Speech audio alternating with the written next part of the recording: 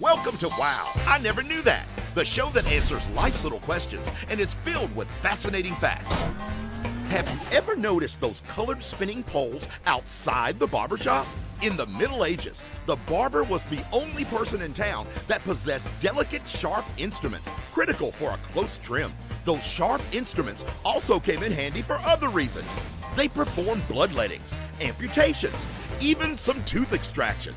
After the little operation, the barber would hang the bloody bandages outside their shops to advertise. As time went by, the real bloody bandages were replaced with a fake permanent pole painted with red and white stripes. Wow, I Never Knew That is jam-packed with exciting tidbits that uncover the truth and origins behind the stuff you're already familiar with. Remember growing up and one of your buddies would yell, "Shotgun!" as you were getting into a car? This, of course, meant that the person got to sit in the front seat next to the driver. But what does that have to do with sitting in the front seat? You see, it dates back to the Wild West. When stagecoaches left for a long journey, they were always in fear of being robbed. So, to help thwart off danger, someone would sit next to the driver holding a shotgun.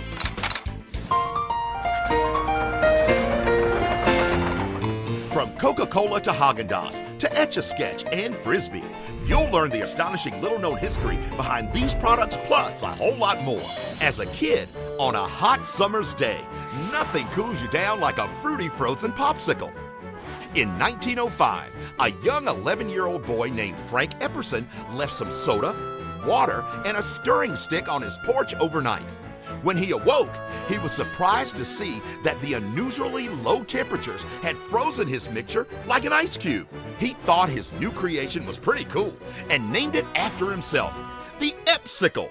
Then, almost 20 years later, he realized his treat could be a commercial success. He changed the name to Popsicle after his own children's request for Pop's Sickle. From the items you use every day to the phrases you use in conversation to the habits you're so accustomed to, you'll be fascinated to learn how they've all really come about. Growing up, you probably had a cuddly stuffed teddy bear. But how did this cute animal get its name? Would you believe it was our 26th president who inspired it? In 1902, Theodore Teddy Roosevelt went on a hunting trip in Mississippi. It turns out that the president wasn't a good shot. He was unable to gun down any animals. So the hunting group he was with caught a wild bear and tied it to a tree. But the president refused to shoot the defenseless animal. Then two Brooklyn shopkeepers were so proud of their leader, they created a toy soft bear to honor him. They named it Teddy's Bear. Did you know that the piggy bank got its name from the clay it was originally created from, called pig, spelled P-Y-G-G? Or that bulls charge, not at the color red, but at anything that's moving. You'll be captivated by hundreds of interesting fun facts.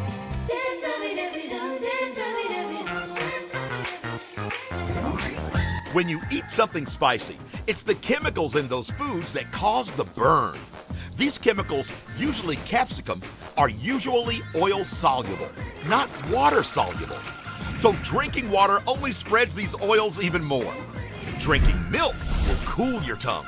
The plastic or metal sleeve at the very end of the shoelace is called an aglet. Scuba has an interesting start. It actually means nothing. It's an acronym. The letters stand for Self-Contained Underwater Breathing Apparatus. Wow, I never knew that. The history and origin of everyday stuff.